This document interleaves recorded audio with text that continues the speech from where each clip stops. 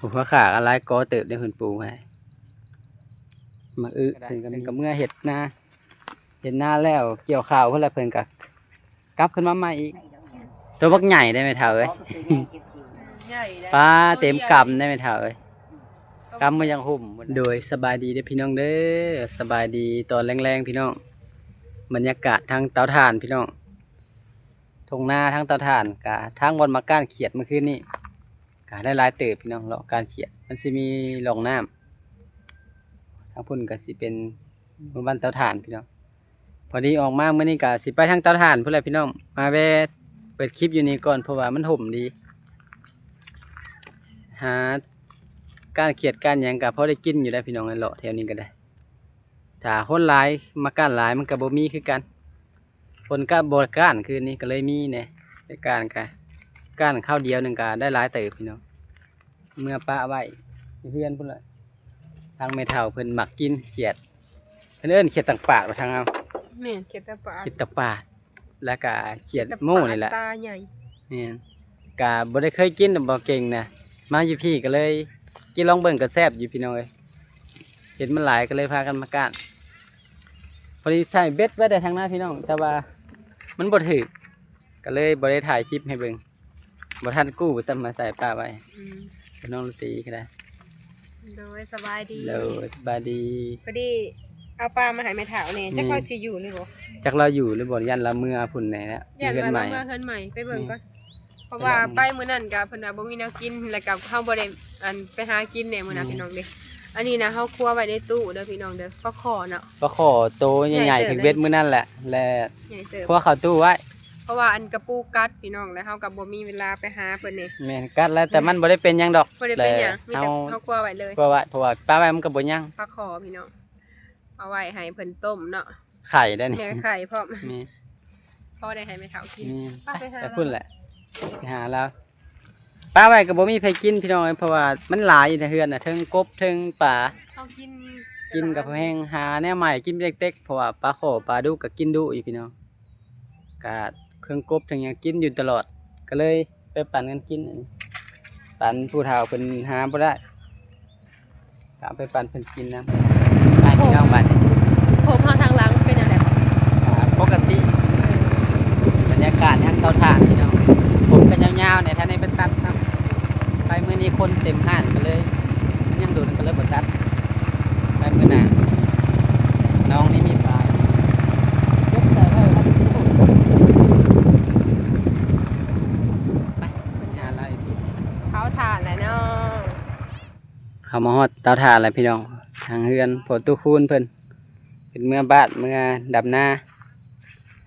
เมื่อตกกาดำนาเพิ่นเห็นหัวปะไว้แล้วเพิ่นจังเมื่อปลูกปะไว้หัวสิไข่เป็นมาเถอะหน้ากะพอได้กินหัวขาหัวยังก็ได้หัวขาอะไรก็เติบได้เพิ่นปลูกไว้มาเพิ่นก็มีผักก็กำลังงามเพิ่น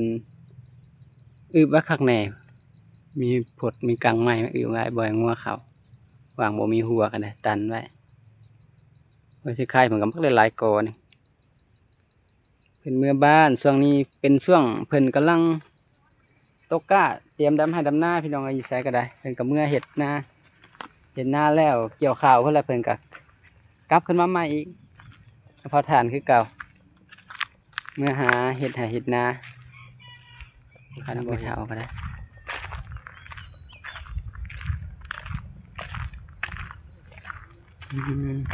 ไม่เท่าเห็ดสังนั่นนะ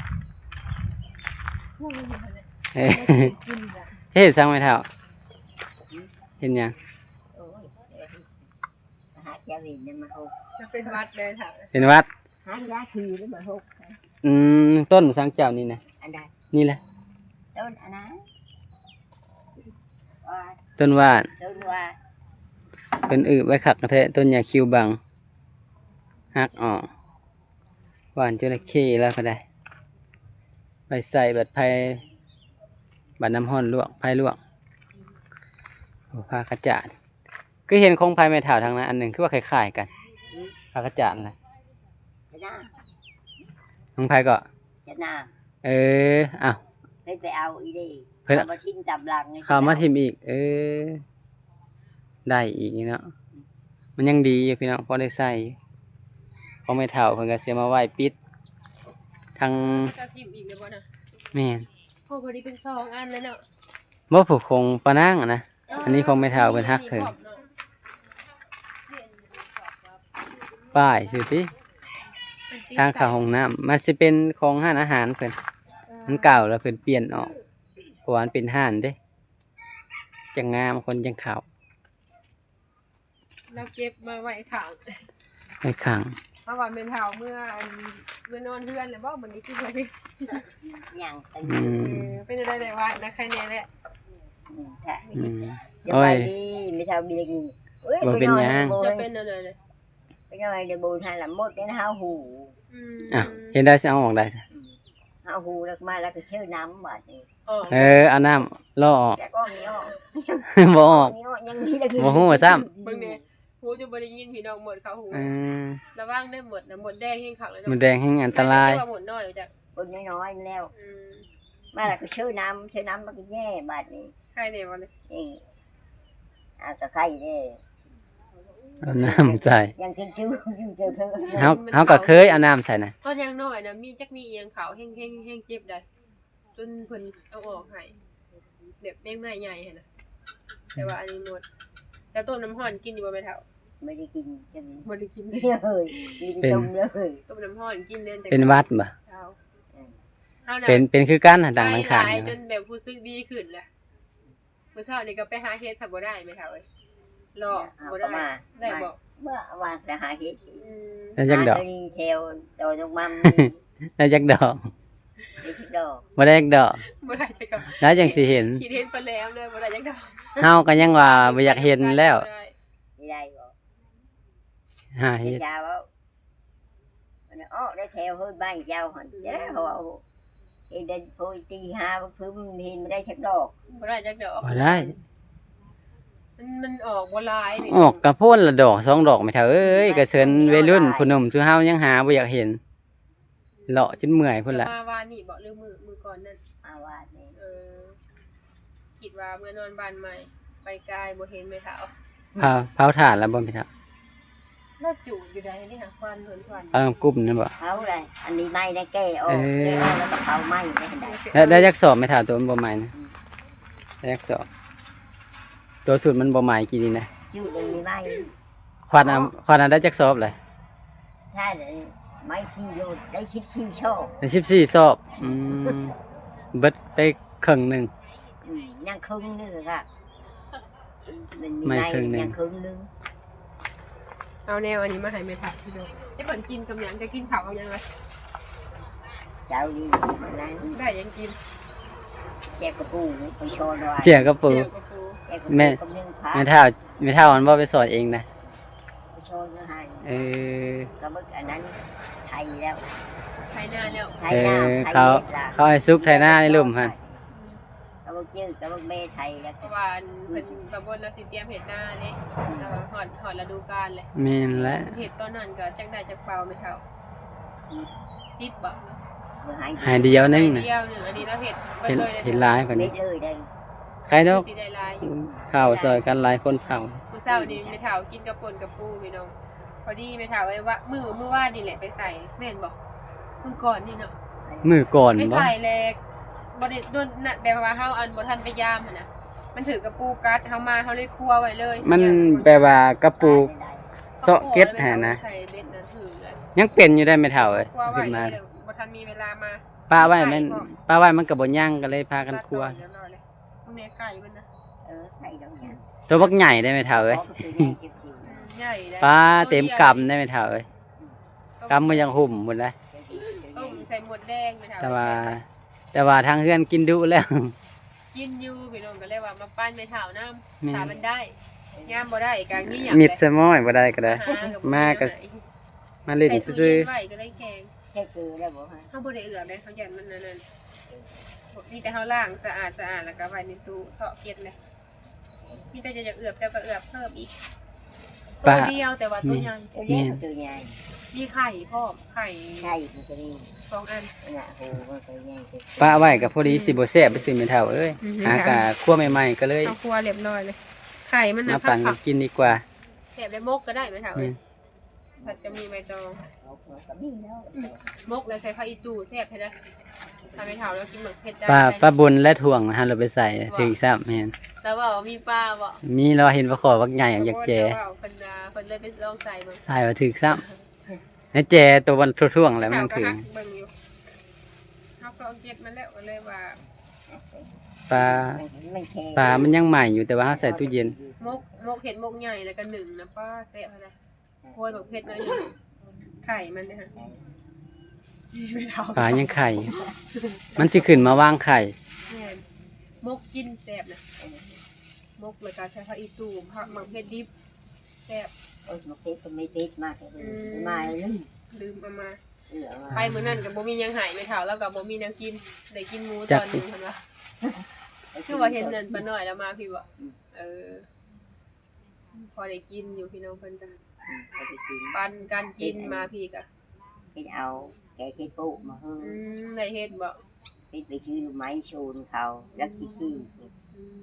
ไปจะมันออกโปรไม้ ถ้าซื้อน้ำไม้ได้เฮ็ด ได้กินมึงมาแล้วแก ไปซื้อน้ำไม้น้ำขาวเพิ่นว่ามา แถมเฮ็ด แกปุ๊หมูนึงเหรอ พอดีแกงใส่เนาะในแนวแกงใส่ แกแล้วเราเพิ่งเอาแกก็มาชง แบ่งมาให้กินไปเฒ่าแล้วมาพี่ก็พอได้กินอยู่พี่น้องอยู่พุ่นนั่นแหละเพิ่นแบบมันยังบ่ทันได้เรื่องกับไผแบบไผก็ยังบ่ทันมาอยู่นี่ แค่ได้มี นี่ก็ซ้ำหน้าแล้วพี่น้องยังบ่ทันหลายนะเพิ่นก็เริ่มหาก็เริ่ม มันมาปลุกมาสร้างมาซื่อ แต่ละคนก็แบบมาซื้อดินไว้แล้วก็เฮ็ดตูบไว้ก่อนเนาะเพื่อสิเฮ็ดแล้วพี่น้องเรือนหลังหนึงก็แล้วมาเผาถ่านเต้านี่นั่นเผาอันพื้นตัวบ่ใหม่เห็นบ่แม่เฒ่า ๆแม่เฒ่า อันนี้ไม่นั่นแล้วแกออกคือ แม่เฒ่ามายามบัดนี้ เผาคือเผาคือ เผาต่อตัวมันบ่ใหม่บ่แม่เฒ่าบ่ใหม่เนาะ ก็เป็นน้ำบางเต้าพี่น้องเฮ็ดได้ไม่เฒ่านะเต้านี่นะป้าลุกอีหลีบ่ใหม่ซ้ำ เต้านี้ได้ลูกเองมีได้คืนท บ่ได้ฮอดทึน ำมีได้เขาคืน แต่ว่าเฮาซื้อพื้นเบิดแล้วบัดเฮามาเผาหั่นน่ะพี่น้องมันก็บ่ได้เลย แม่ ซื้อพื้นปัดรถละแสนปลายเนาะ คือเพียงหา แสนหาพวก นั่นแต่5-6แสน บ่ใหม่ก็บ่ได้เลย บ่ใหม่ มีไม้ ซื้อพื้นก็แพงเลย 5-6แสนพอดีเบิดเนาะค่าพื้นเพิ่น วางแต่เก่าน่ะไปหาเก็บน้ำมันก็ใครแน่บ่ใหม่ก็เนาะเฮาเก็บเอง เอาเก็บเอง เริ่มเบิดแล้วแม่เฒ่าให้ไหม้ก็ได้จักสิเอาไม้ใส่มาเผาก็ได้ เก็บพอได้อยู่ไปโลกเก็บคือดำหาด้วยชมพูมาเจดิกับเจ้ามือเดหวานมือไป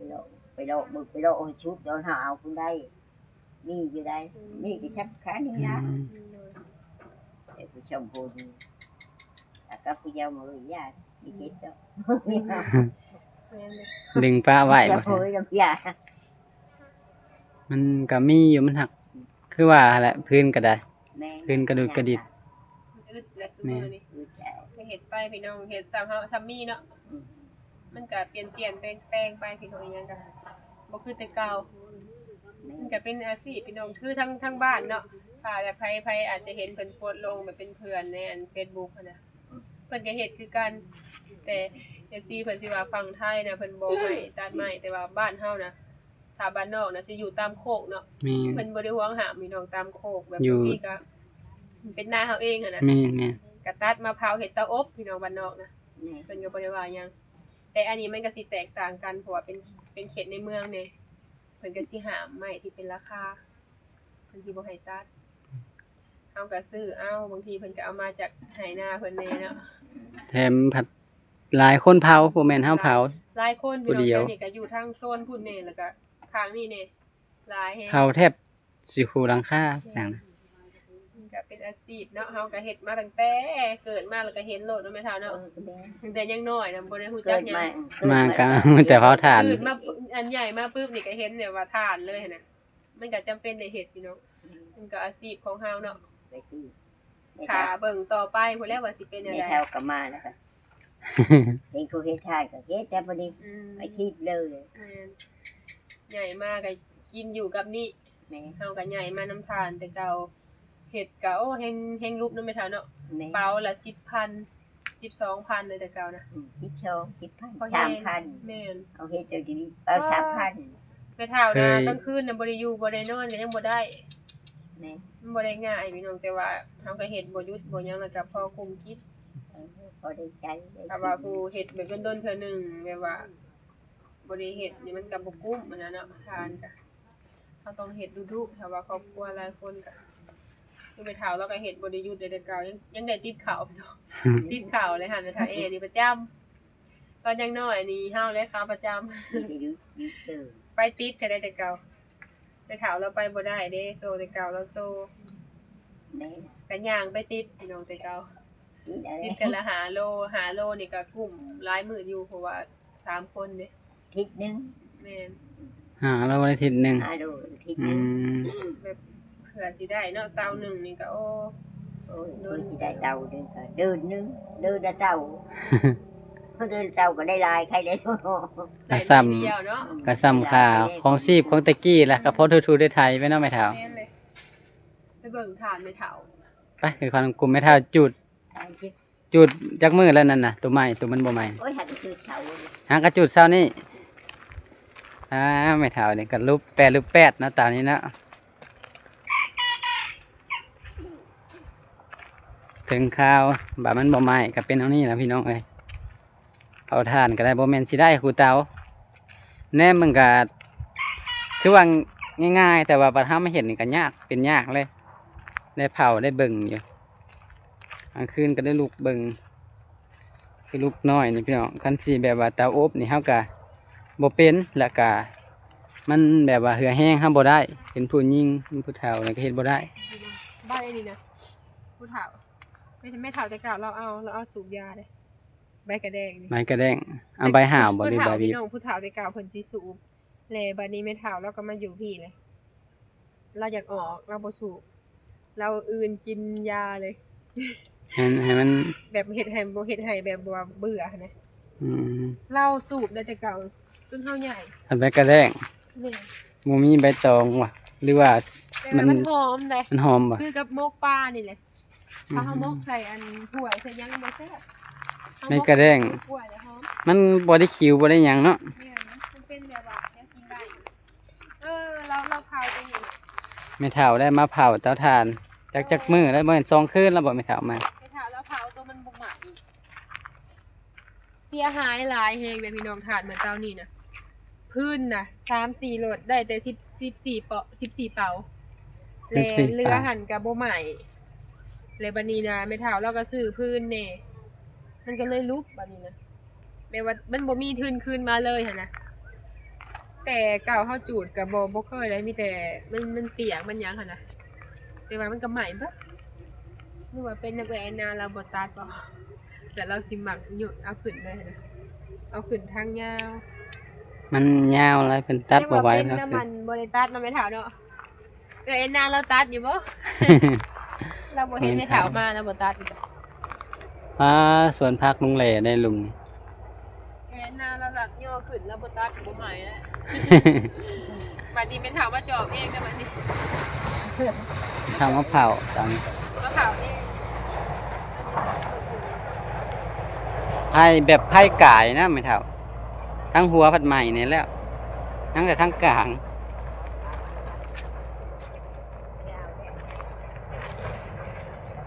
เอาตัวเก่าเขากะจักมันสิใหม่เบิดสำได้พี่น้องเพราะว่าขี้เลื่อยมันกะลงถมแบบว่าลืบแบบหูมันเนี่ยแล้วจักสิใหม่สำได้เพราะว่ามันบ่ใหม่ทำอิฐแล้วมันยากมันสิถมไปน้ำบางอันสิอยู่พื้นดินแล้วมันสิบ่ใหม่แต่กะเผาไปเพราะมันยังบ่ได้มั่งใหม่พี่น้องให้มันเบิดแล้วหน้าจังว่าใหม่ ไม้กันไม้กันยังคือมี นักเข่งหนึ่ง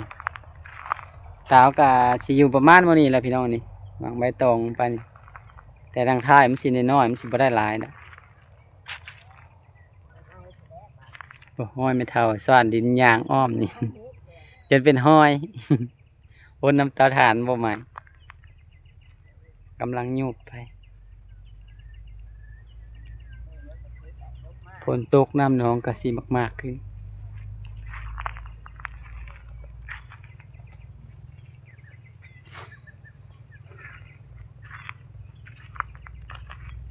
แม่เฒ่า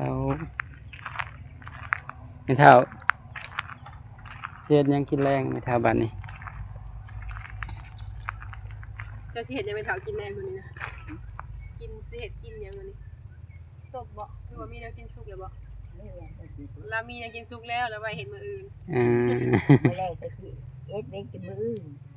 ปลานี่สิมก มกไว้บ่ ไว้เลย เพื่อสิได้แนวกินก็ไม่เฒ่าเอ้ยหาก็ได้ โดนๆเทื่อหนึงเนาะ โดนๆ ก็เลยว่ามาให้ไม่เท่าไว้บ่ได้กิน ไม่ปั่นกันกินโดนๆเทื่อหนึง ไปหากะบางทีบ่มานก็บ่ได้ เออ มันได้ลังเถื่อก็กินหลายก็ย้ายไปเถอะให้เราทานกัน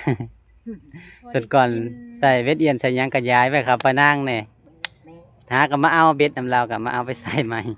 มันก็มาเอาคืนเดียวเขาไถนาเขาไถนา พื้นรถหนึ่งว่าไม่เท่านี้นะเขาจะมาส่งใหม่บ่เขาจะมาส่งใหม่บ่พื้นนี่นะรถ มา หนึ่ ส่ ง งมื้อนี้ได้ตาชูนได้ เออ ตาชูนได้มาชูน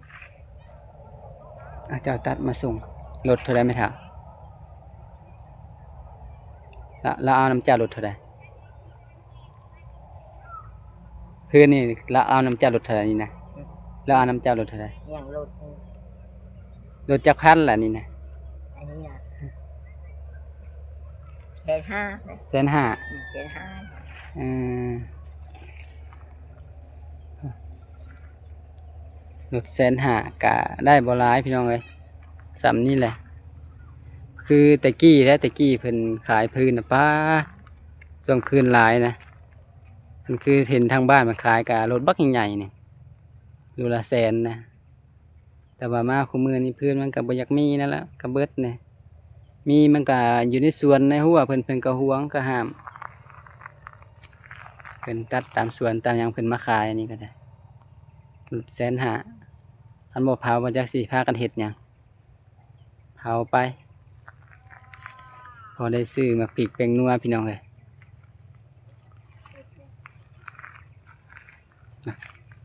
แถวมะพร้าว